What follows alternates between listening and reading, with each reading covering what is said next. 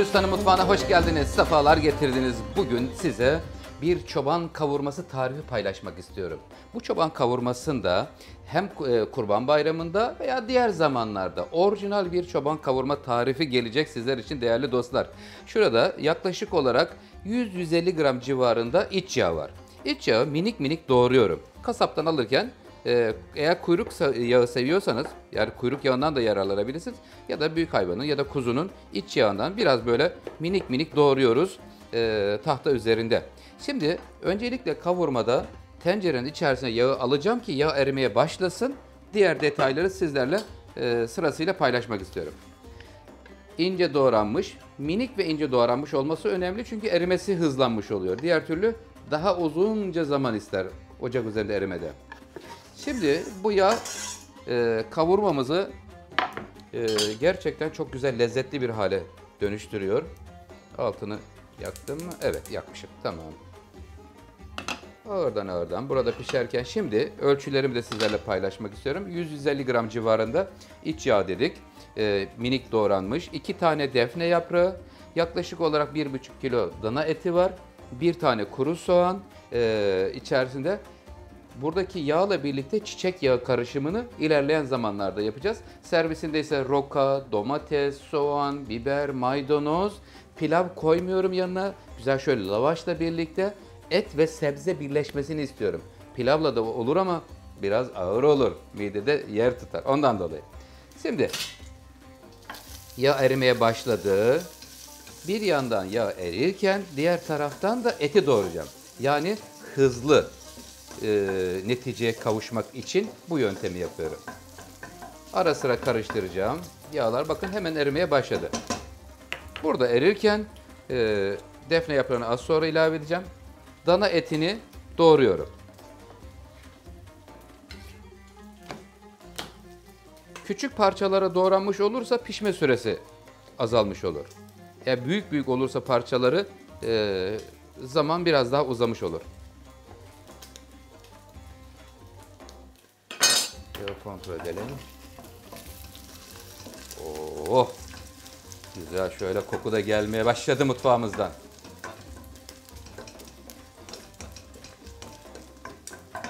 Ve hızlı bir şekilde hemen etleri de doğramak istiyorum. Haydi bismillahirrahmanirrahim. Minik minik doğranmış bir çoban kavurma hazırlıyorum. Dana etiyle hazırlanmış bir çoban kavurma. Kuzu etiyle hazırladığımız zaman içerisine domates, biber, soğan, sarımsak doğrayabiliriz. Ama bu dana etiyle hazırlanmış bir kavurma olacak.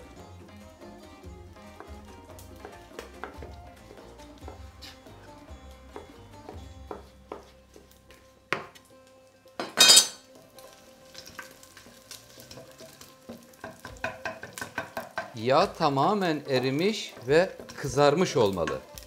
Sadece erimesi yeterli değil, içindeki o kıkırdakları kızardığı zaman lezzet katmış oluyor. Sizin kavurmanız herkesinkinden daha farklı, fark atan bir kavurma olması için o yağ tamamen eriyip kızardığı zaman güzel bir tat bırakıyor. Herkes kavurma hazırlayabilir, güzeldir mutlaka, ancak bu yöntemle hazırladığınızda sizinki gerçekten daha güzel olacak. Beyazlıklar kalmayacak. Bakın şuradaki kızarmış parçaları görelim. Kızaran parçaları da görüyoruz. Az daha. Değerli dostlar, paylaşayım sizlerle. Kızarmış yağları görüyorsunuz. Tamamen yağı erimiş ve kıkırdak diyoruz biz oraya. Oralar böyle çıtır çıtır olur. Çok da lezzetli olur. Yağ tamamen eridi. Şimdi etimizin doğramış olduğumu hemen alayım. Diğerine devam edeceğim çünkü. Alıyorum tencerenin içerisine.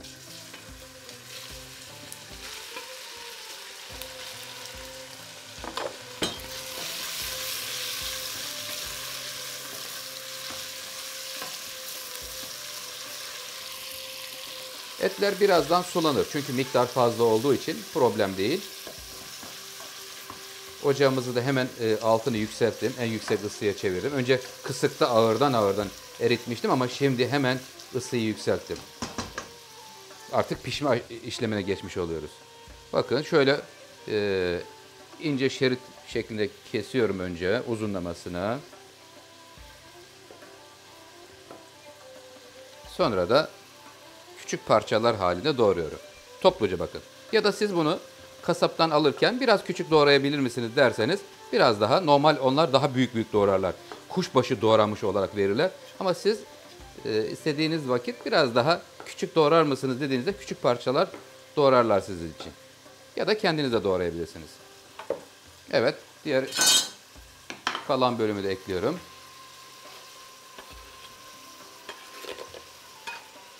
Mutfakta yemek yaparken sıralamayı güzel yapmalıyız ki hızlı neticeye kavuşabilelim.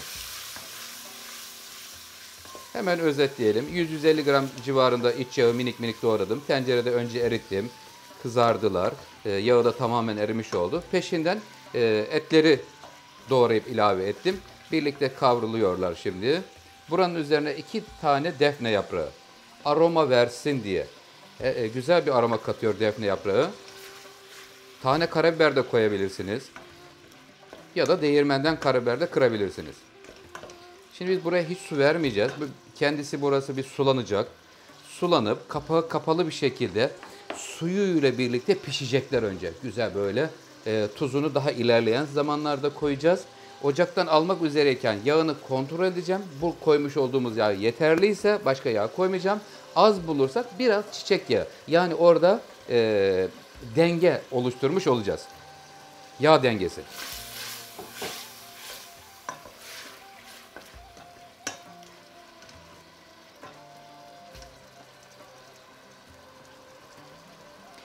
Bu kavurmayı örneğin bir kurban bayramında hazırlıyorsanız etleri minik minik doğrayıp yıkamak lazım. Çünkü yeni kesilmiş kurban eti olduğu için bayağı kanlı olabiliyor. Güzelce yıkayın. Süzgeçte suyu süzülsün. İyi suyu süzülmesi önemli çünkü. Sonra benim şu andaki yapmış olduğum işlemi yapacaksınız. Ya da hiç iç yağı doğramak istemiyorsanız buradaki bölümde önce çiçek yağı veriyoruz. Çiçek yağıyla o eti kavuruyoruz. Pişmesine yakın onun üzerine tereyağı ekliyoruz. Yani lezzetli, mükemmel bir kavurmayı ortaya çıkarabilmek için.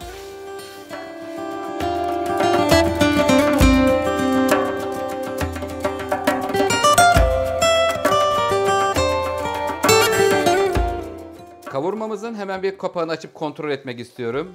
Hemen hemen suyunu çekmiş. Oo, harika görünüyor. Gerçekten mutfağımızdan güzel kokular gelmeye başladı değerli dostlar. Suyunu tam böyle çekme aşamasında artık az kaldı. Kontrol edin bakın. Dibinde az bir şey su görüyoruz. İşte bu aşamadayken ben hemen bir tane soğan doğrayıp eklemek istiyorum oraya. Bir soğan da ekleyince tadı çok çok güzel oluyor. İşte biraz önce bahsetmiştim böyle fark atan kavurma olmasını istiyorsanız sizin kavurmanızın suyunu çekmesine az bir zaman kala soğanını da ekliyoruz. Soğanı ekledikten sonra tuzunu da ilave edeceğim.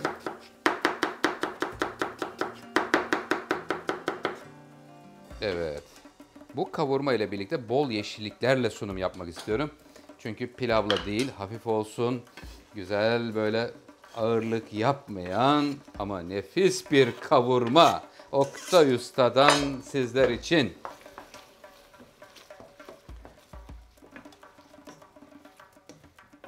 Soğan da tencerenin içerisinde yerini aldı. Evet, suyunu çekmesine az bir zaman kala soğanını da ekledik. Soğan, defne yaprağı, et şu anda hepsi birlikteler. Tuzunu da ilave ediyorum. Biraz daha bir çay kaşığı koydum. Değirmenden karabiber de kıralım. Yağ miktarını kontrol ediyorum. Buraya birazcık çiçek yağı eklemek istiyorum. Biraz ama çok değil. Oradaki yağ dengesi oluşsun. Sırf iç yağla pişmemiş olsun hem de. Hem daha parlak olacak hem daha yumuşak olacak bu sayede. Son anda biraz da çiçek yağı ekliyorum üstüne. Tamam. Bu kadar yeterli. Soğanlar tamamen eriyecek. Hemen hemen neredeyse hiç görünmeyecek hale gelmesi gerekiyor. O yüzden ince doğradım. Böyle büyük büyük değil de normal yemeklik doğranmış bir soğan oldu. Kapağını kapatıyorum. Böyle ortalama bir 10 dakika kadar pişsin. Ondan sonra sunum aşamasını sizlerle paylaşmak istedim.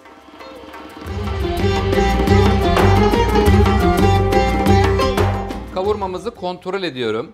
Bakalım su, sertlik ne durumda? Kontrolümüzü yapalım. Oo, güzel. Şimdi rengi ve güzel böyle yağ oranı iyi görünüyor.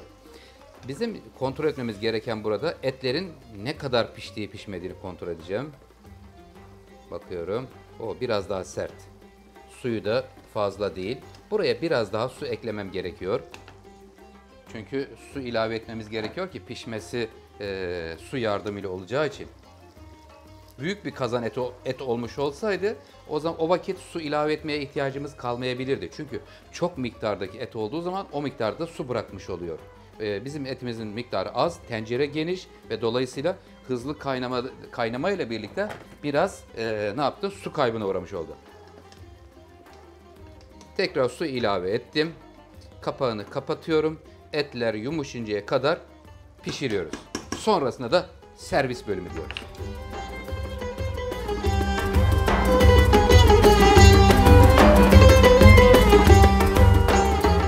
Evet efendim, kavurmamızı bir kontrol edelim. Altında da lavaşlar koyacağım böyle tabağın altına böyle. Güzel şöyle nar gibi kızarmış lavaşlarla birlikte servis etmek istiyorum. Kapağını açıyorum. Çoban kavurma dana etinden. Evet. Şimdi hemen kontrolümüzü yapalım. Artık hemen hemen pişmiş sayılır. Güzel böyle yağı parlaklığı da üzerinde. Suyunun durumuna bakacağım. Etlerin sertliğine bakacağım. Etler pişmiş, lokum gibi olmuş. İçine doğramış olduğumuz soğandan bir eser kalmamış. Tamamen erimiş. Biz zaten onun erimesini istiyorduk. Çünkü neden? Bizim hazırlamış olduğumuz kavurma güzel, tadı, kıvamı, lezzeti mükemmel olmalı dedik. İşte tam istediğimiz kıvam. Burada son yapmamız gereken işlemi de hemen paylaşmak istiyorum. Et pişmiş dedik. Ortasını şöyle açıyorum. Birazcık su var. Bakın. Suyu gördük. Hemen ne yapıyoruz? Ocağın altını yükseltiyorum. Yüksek ateşte kapağı açık bir şekilde kaynatıyorum. Fazla suyunu çektirmiş oluyorum bu sayede. Suyu da çekilince sunuma hazır demektir. Sunum aşamasındayız. Efendim, servis edeceğimiz tabağın altına bir tane lavaş koyuyorum. Zemine koydum. Şimdi önce servislerini yapacağım ki ortaya da eti dökeyim. Yanlarına roka yaprakları, dört tarafına. Normalde kavurma servis edilirken pilavla servis ediliyor. Tamam, isteyenler pilavla da servis edebilirler ama ben istiyorum ki burada uzmanların da önerisini dikkate alarak et ve sebzeyi birleştirmek istedim. Dilim domates, soğan dilimleri,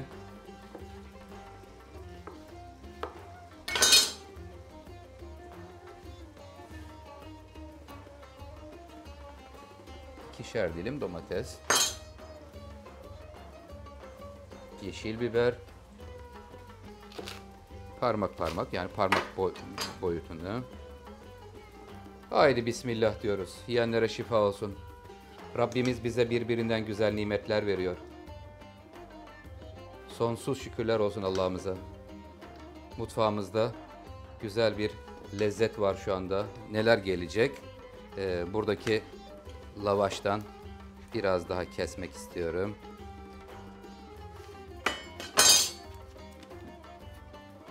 Şöyle kızarmış yeri üste gelecek şekilde. Külahlar yapıyorum.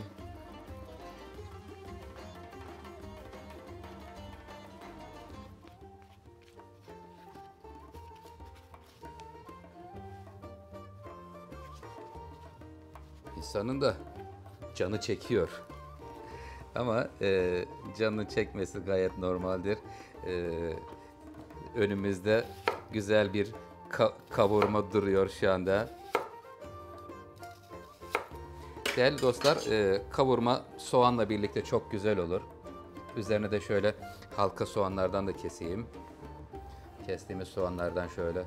Çünkü hazırlanan yemekte sunum çok önemlidir. O kadar emek çekiyorsunuz. Güzel bir neticeyle sonuçlanmasını istiyorsunuz. Gayet doğaldır. Yanlarına da yine şu soğanlardan koyalım. Evet. Şimdi son olarak kavurmaya şuradan saksıdan biraz taze kekik almak istiyorum. Evet.